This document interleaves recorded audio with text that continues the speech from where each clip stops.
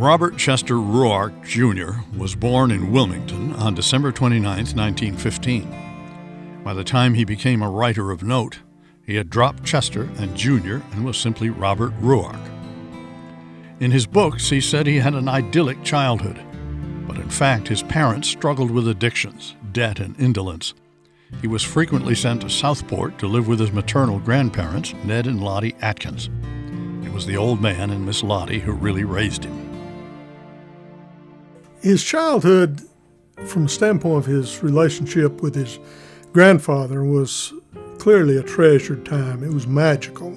It was probably just as well that he had that situation, because his situation at home with his parents clearly was less than ideal. But his grandfather in Southport clearly had a meaningful and very deep influence on him, and that was a shaping factor, perhaps the shaping factor, in much of his literary career. The old man taught Robert how to hunt and fish. His grandmother taught him how to read.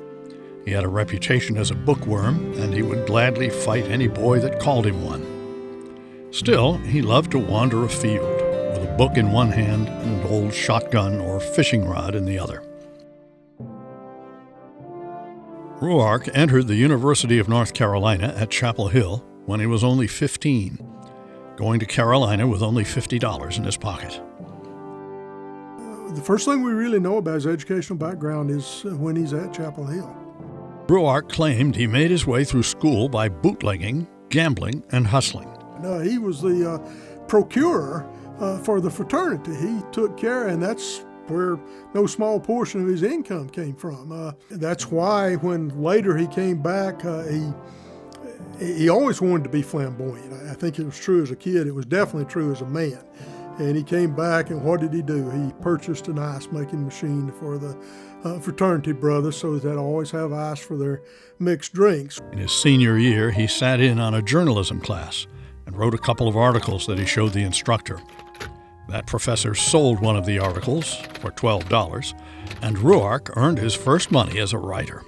He tells a story of what happens as soon as he graduates. He moves through a series of jobs in journalism, pretty rapid-fire order newspaper jobs, and clearly was quite good at what he did and wrote fast and had a flair. He epitomized the old Southern aphorism, "'Tis a poor piece of cloth that can use no embroidery," because he certainly knew how to embroider. At the age of 21, he ended up in Washington, D.C., already a college graduate, a newspaperman, and a gypsy sailor. He was ready to begin. A series of entry-level jobs at the various newspapers in Washington found Ruark as a copyboy for the Washington Daily News. In a few months, the copyboy became a sports writer. Ruark married Virginia Webb, and the newlyweds flourished in the capital city. Then came Pearl Harbor, and it was only fitting that this grandson of a sea captain would join the Navy. Ruark was assigned to the Armed Guard, the fighting arm of the Merchant Marine. It was hard, dangerous work, and barely publicized. Over 5,000 ships were sunk by the Germans, but Ruark, who participated in at least 3 dangerous convoys, never got a scratch.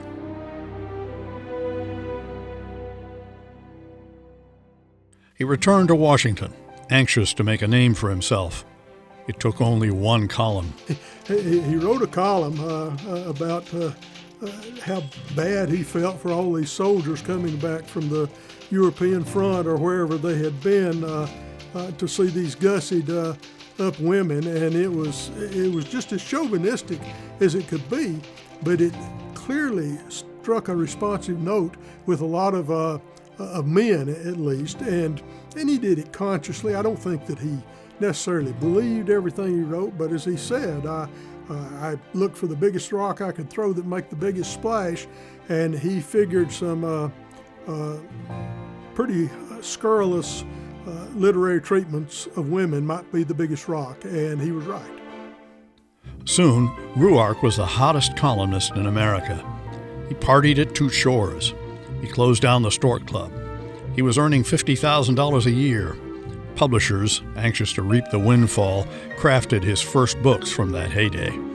Grenadine Etching, I Didn't Know It Was Loaded, and One for the Road. That success created even more notoriety, but even Ruark was getting tired of it. He knew he could do better, he told friends. He decided to safari in Africa, and that journey changed his life.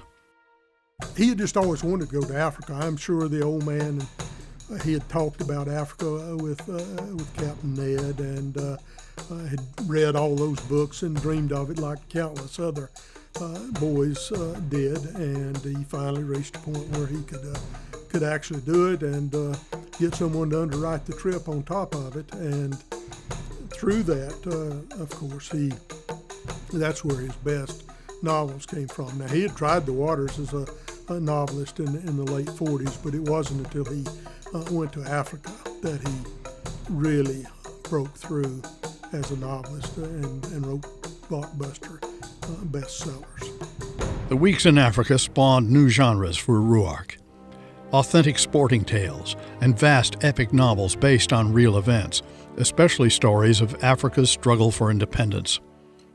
He was there precisely when, what the British Prime Minister at the time, Harold Macmillan, called the winds of change were sweeping Africa. And nowhere did those winds of change blow harder and stronger and more viciously than in East Africa. And of course, out of that came those books, one of them bearing the title Uhuru, which means freedom. And so he was there, and he had the knack to capture it. While in East Africa, Ruark heard little about the seething discontent of the Kenyan people as they chafed under British rule. On a second trip to Africa in late 1952, though, the Mau Mau uprising exploded, and Ruark was in the middle of it. He wrote columns and magazine articles from ground zero as the violence grew. When he left Africa in 1953, his pastoral image of Africa was in tatters, but he had the material for his greatest novel. He was just there at the right time and had the right kind of mental receptivity and literary ability to capture it all. And his books are powerful that he wrote about. There's no question, and that's what made his fortune. Was the movie rights to one of them that depicted the sheer chaos that came with the Mau Mau uprising. In the early 50s, between his Africa work, Ruark approached Field and Stream about a monthly column based on his experiences with his grandfather, Ned Atkins. The magazine eagerly accepted, and in 1953, the first Old Man and the Boy column appeared. He had a long-running column that it was a monthly magazine, and that's when I was first exposed to it as a boy in the 1950s. Now, I grew up in a home where there wasn't much money. We had two magazines that Mom and Dad subscribed to, the Saturday Evening Post and Reader's Digest, and that's as far as we went. But the local barbershop got Field and Stream and Outdoor Life, and I very carefully timed my haircuts to a period when there were going to be 8 or 10 or 12 people in front of me for no other reason except to lay my hands on the latest edition of Field and Stream. He clearly had done what he was writing about. He knew it. And that's something of a rarity. I'm probably giving away trade secrets here, but there are an awful lot of fairly well-known outdoor writers. If you left it to them to gut a deer on their own or call a turkey, they would be absolutely lost. Ruark had been there and done that. When he writes about things, there's a genuineness to him. He knew. So that's one thing. The other thing, and I think this is almost universal, there's something about the link between a mentor and a young understudy when it skips a generation that's important, because the old man was just a boy stuck in an elderly body in many ways, but with the wisdom of years. The Old Man and the Boy collection was gathered and printed in 1957 and has never been out of print. And there was this bond between Ruark and him that is universal in its appeal. I think that anybody that has had an older mentor in their upbringing as an outdoorsman or in their development as a woodsman readily identifies with that. And of course, he was a masterful storyteller in addition. So all of those things blend together to make it so powerful. And in my studied opinion, and I haven't read everything that's available in the way of American outdoor literature, but I'd like to think I'm about as well versed in it as anyone. There is no finer book than The Old Man and the Boy in the genre of outdoor literature. It is second to none. It is actually in a class by itself. The late 50s were heady times for Ruark. His novels were instant bestsellers, and his magazine work was especially lucrative. Well, yeah, he had a Rolls Royce. He got the second of that particular vintage of Rolls Royce, and he was very proud of it. And he wanted to make a big splash, so he had it sent back to the United States, and he was going to show up first at Chapel Hill with it, and that's the same time when he bought the ice machine and so forth. And then he was going to grace the hoi polloi of Wilmington and South Point with his presence, and he thought it was all going well until he overheard two of the women of his generation that he had gone to school with at a garden party talking about that little upstart Bobby Ruark and his new Packard. By the early 1960s, Ruark was slowing down. Tired of New York, he built a home in Paloma, Spain. He divorced his wife. He quit writing columns. He mustered the energy to write 3 more novels, but the years of drinking had taken their toll.